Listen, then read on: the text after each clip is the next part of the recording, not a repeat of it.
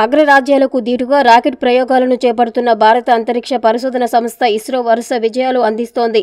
ఇదే ఉత్సాహంతో మరో వాణిజ్య రాకెట్ ప్రయోగానికి శ్రీకారం చుట్టింది. శ్రీహరికోట అంతరిక్ష ప్రయోగ కేంద్రం షార్లోని మొదటి ప్రయోగ వేదికపై నుంచి ఈ ప్రయోగాన్ని చేపట్టనున్న నేపథ్యంలో ఇప్పటికే రాకెట్ అనుసంధాన ప్రక్రియను ఇస్రో శాస్త్రవేత్తలు పూర్తి చేశారు. PSLV-C-56 విజయవంతం కావాలని ఇస్రో చైర్మన్ సోమనాథ్ తిరుపతి జిల్లా సూలూరుపేటలో వెలసి ఉన్న శ్రీ చంగలమ్మని దర్శించి రాకెట్ నమూనాను అమ్మని పాదాల వద్ద ఉంచి ప్రత్యేక పూజలు నిర్వహించారు. ముందుగా వారికి ఆలయ ఈవో ఆళ్ల శ్రీనివాసరెడ్డి ఆలయ మర్యాదలతో స్వాగతం పలికారు. అనంతరం వేద పండితుల చేత ఆశీర్వాదం అందించారు. చైర్మన్ సోమనాథ్ మాట్లాడుతూ PSLV-C-56 వాహన నౌక 4 దశలను సిద్ధం చేసి శిఖర భాగాన పేలోడ్లో సింగపూర్కు చెందిన ఉపగ్రహంతో పాటు 6 నానో ఉపగ్రహాలను అమర్చారని తెలిపారు. ఈ నెల 30వ తేదీన ఉదయం 6:30 రాకెట్ను నింగిలోకి ప్రవేశపెట్టేందుకు ఇస్రో శాస్త్రవేత్తలు సన్నాహాలు చేస్తున్నారు. ఈ క్రమంలో కౌంట్డౌన్ ప్రక్రియను శనివారం ఉదయం 5 గంటలకు శాస్త్రవేత్తలు ప్రారంభించనున్నారు.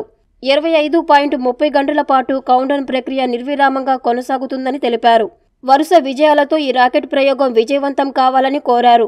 ఈ కార్యక్రమంలో చైర్మన్ వెంట షార్ గ్రూప్ మేనేజర్ గోపికృష్ణ, ఆలయ కమిటీ సభ్యులు ముప్పాల చంద్రశేఖర్ రెడ్డి తదితరులు పాల్గొన్నారు. July early morning 6:31 AM is the launch of PSLV-C-56. This is a mission on a commercial basis we are doing for New Space India Limited. The satellites are coming from Singapore. They are the customers for us for this time. It's not the first time Singapore has come for launching satellites in India. So they are very happy with us. So because of that they are again coming for launching their satellite. So PSLV is a very good rocket for them.